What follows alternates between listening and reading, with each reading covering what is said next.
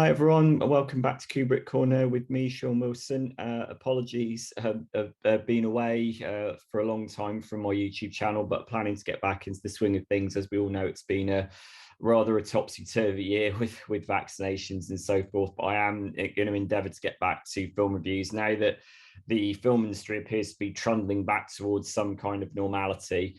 I will seek to do more and more regular reviews like I used to. And I think I've been galvanized by the release of the new James Bond film, No Time to Die, the 25th James Bond film, and the last feature Daniel Craig. And I saw this last night at a preview screening at the IMAX at Cineworld Leicester Square, which is one of the perks of the job. I get to see films in advance, and this was the best possible circumstances under which to see it.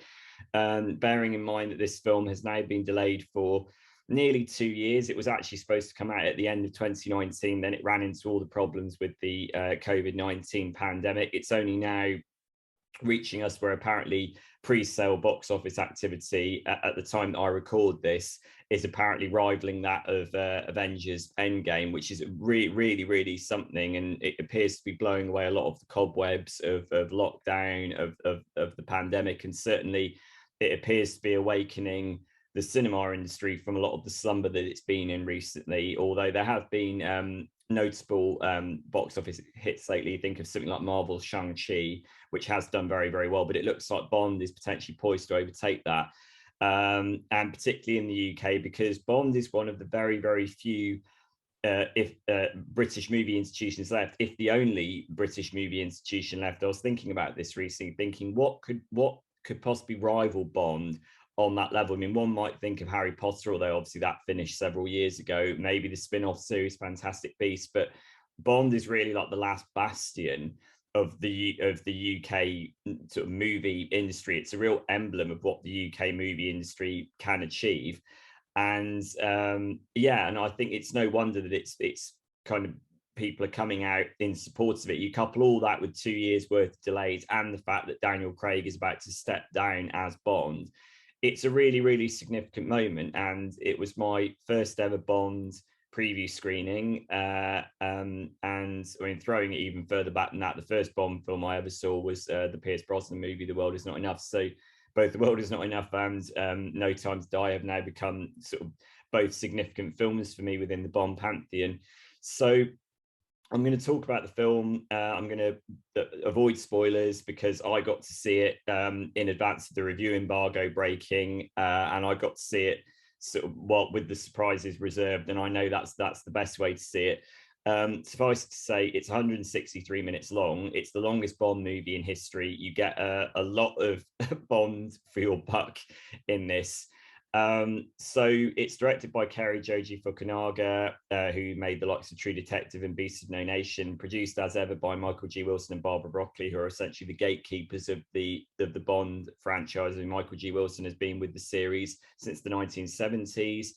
Barbara Broccoli took up the mantle of producer from her father, Albert R. Cubby Broccoli, who was one of the founders of the Bond franchise back in the 1960s with 1962 Dr. No. So all of that heritage courses right the way through this. And what you effectively get, and again, I'm trying to talk around spoilers here, I'm trying to talk in terms of tone, is you get a Daniel Craig Bond movie, the final Daniel Craig Bond movie that attempts to bundle up an awful lot of different things. For one thing, it attempts to establish continuity with Casino Royale and Skyfall, which are arguably Daniel Craig's two finest Bond films, and also Spectre. Somewhat amusingly, it does completely ignore the events of Quantum of Solace, which is very much seen as the black sheep of the Daniel Craig Bond canon. It completely ignores that. It bundles all that up, plus all of the associated history of the franchise. There are there's a musical Easter eggs from Hans Zimmer. There's one particular theme which I won't spoil, which is quoted throughout. You see paintings on the wall at some point of past people who've played M, the role of M. So there's an awful lot going on in this, and 163 minutes long, and at a cost of about $300 million, which is obviously exorbitantly expensive. You can't deny that you get all the spectacle that you could demand. And as I said, I saw it on an IMAX screen, and unsurprisingly, the filmmakers have come out and said what I'm just about to say, which is, this is the kind of experience that justifies a massive big screen experience. I mean, it's fortunate that this isn't actually being offered on any kind of streaming service, so people are really being pushed towards the cinema to go and watch this. And it's a Bond movie. You need to bask in the sheer spectacle and just general insanity of it. I mean, and I say this, it's the most James Bond film you can probably see, with all the good and the bad that entails. I mean, all of the Bond movies, even the best Bond movies, are positioned at a crossroads between campiness and sincerity. I mean, even the best ones, like From Russia with Love, On Her Majesty's Secret Service, License to Kill, even Casino Royale to some extent, Daniel Craig's debut Bond movie, they're all on the fine line between, okay, honoring this kind of essentially fantastical, outlandish, escapist franchise, but trying to ground it within a sense of recognizable human emotion. And I think all of those films I've just cited have done a very, very good job of that. Skyfall as well. But it is interesting that out of 25 Bond films, I can only cite those ones. I'm glad to say that I am able to add No Time to Die onto that list, with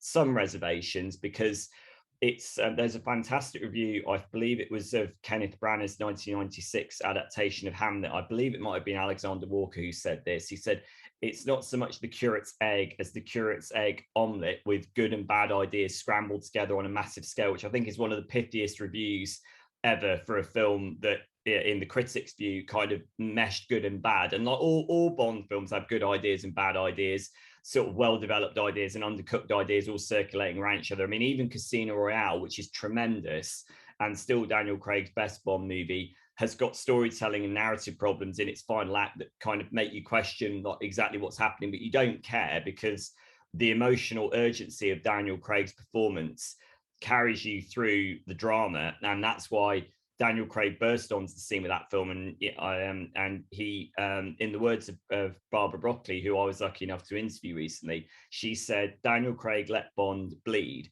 She meant that literally, but she also meant it in a figurative sense, which is that we feel his pain. We feel not just his physical pain, but his emotional pain as well. Those principles are at work within No Time to Die, albeit I think straining for impact much more than Casino Royale and Skyfall. Those movies, I think, did much more of an seemingly effortless job in pulling all of these contradictory Bond tonal shifts together. Again, it's not easy making a Bond film. Sam Mendes famously came out after making Skyfall and Spectre and said it's not ideal conditions for any filmmaker to work under making a Bond movie. He was very, very stinging of it, despite the fact that he made Skyfall, which is one of the best Bond movies. So it might seem effortless making a Bond movie and tying all these emotional threads together, but it's obviously not easy. And when one watches No Time to Die, I think one can definitely see the strain that's at work. There's a strange mixture of kind of sobriety and silliness, earnestness and seriousness. There are actually some surprisingly nasty moments in it, some surprisingly threatening moments in it, which did remind me a lot of the darker moments of Timothy Dalton's movies, particularly License to Kill. There is nastiness in it.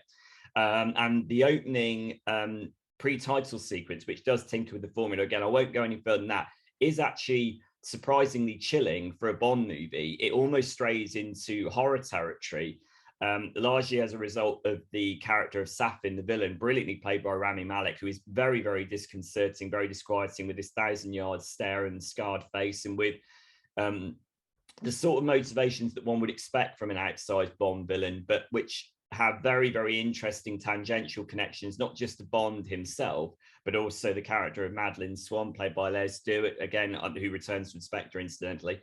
I'm trying my best to work my way around this without really describing too much of the plot. And I appreciate I've got some way into this review without really describing the plot, but suffice it to say, at the beginning, Bond is retired from active service from MI6. He has found new love with Madeline Swan, the Léa Seydoux character. Something happens at the beginning which basically turns both their lives upside down. There are machinations from Spectre, the organization which is seemingly being orchestrated from within by Blofeld, who is now imprisoned in Belmarsh. Blofeld, played by Christoph Waltz, who is appreciably more creepy in this than he was in Spectre. They actually seem to get a handle on what Blofeld should actually be like in this. That was good. There is a stolen biological weapon. there is the presence of Rami Malek's character lurking behind it all. You have a lot of the familiar faces. Ralph Fiennes as M, Naomi Harris as Moneypenny, Ben Whishaw as Q. I have to say, Ralph Fiennes is very, very good, playing somebody who is just as jaded and burned out as Bond, but for very, very different reasons. I thought Ralph Fiennes resonated very strongly in this. Naomi Harris is unfortunately neglected, as I think is Ben Whishaw to a certain extent.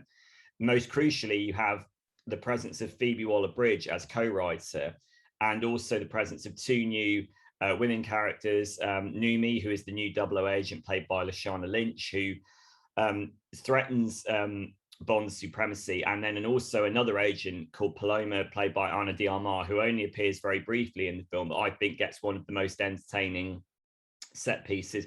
I have to say, not all of it works. I actually was rather surprised that the development of the Noomi character, which appears to be going somewhere, doesn't actually get set up as well as it should do. It fizzles out. And the idea of her challenging the supremacy of Bond, like towards the beginning of the movie, he appears to be caught between the Americans and the Russian, and the Americans and the British rather, which is kind of akin to License to Kill, akin to Timothy Dalton going rogue. And she appears to be the kind of counterweight to that. That unfortunately doesn't really go anywhere. And I think ultimately, for all of the attempted innovations of the movie, what pulls it through is Daniel Craig's performance. As I said, in the likes of Casino Royale, even when the storyline starts to get choppy, it's Daniel Craig's haunted visage as this veteran Secret Service agent, or ex-Secret Service agent at the beginning of the movie, who is almost pathologically incapable of escaping that life of violence to which he once committed himself. And the way the past keeps coming back to haunt him is actually, I think, very, very movingly brought across by Daniel Craig in this film. He also plays it with an appreciably more light touch than he did in Spectre. I think he's clearly much more engaged with the role that in this film than he was in Spectre, where he did appear to be bored for quite a lot of it. And that was physically, that was a very, very draining film for him to do. He did his leg in and it was very difficult. Daniel Craig is able to balance that pathos, but also the humor, the more Roger Moore-esque humor in this, I think, better than he did in Spectre.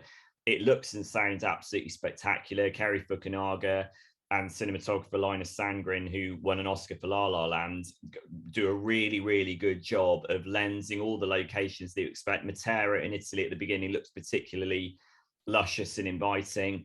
You know, there are two Aston Martins when one will do that. Frankly, there is no reason for two Aston Martins to be in the film other than, hey, it's nostalgic and it looks cool. Clearly, someone saw the DB5 sequence from Skyfall and went, right, can we one up that by bringing in not just the DB5 again, but also the V8 Vantage from The Living Daylights? Why? It doesn't really make any narrative sense, but it's kind of there. And again, this is the whole thing. It's kind of, there is a sense of escalation, often at the expense of coherence, but it is a Bond movie. I mean, as I said, not very many Bond movies are actually all that coherent. I mean, and some of them are a complete mess. Some of them manage to navigate the messiness with pathos. And I think ultimately that there are emotional stakes in No Time to Die. For all of the weird choppiness, all of the, you know, the frankly incoherent plotting about biological weaponry and so on and so forth, it cuts through with a sense of emotional magnitude, largely thanks to Daniel Craig's performance. And I don't want to go any further than that.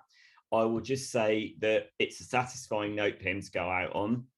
It's not Casino Royale and it's not Skyfall, but I would put it third behind those. It's way, way above Spectre and Quantum of Solace. That gives him a hat trick of, you know, two genuinely brilliant Bond films and one very good one, which is this one. That puts him, I think, level pegging with Sean Connery, who arguably only got three genuinely great Bond films, which were Dr. No, From Russia with Love, and Goldfinger. I think the rest of his films were mediocre to quite poor. So on balance, he's had a pretty good tenure. And he did reauthor Bond as a much more appreciably fallible, vulnerable human being, someone who, as Barbara Broccoli said, does bleed figuratively and literally. And there is a lot of that bleeding in this film. And it tinkers with the formula in certain ways. What it reminds you of really are the best Bond films, are the ones where Bond resonates as a human being. And you think of On Her Majesty's Secret Service, which might be my favorite Bond film, despite the fact that George Lazenby rather foolishly chose not only to play the Bond once because his agent talked him out of it. His agent said that Bond is going to become a dinosaur in the age of flower power, and Lazenby was arrogant enough to kind of walk away from it and think that a career waited for him elsewhere.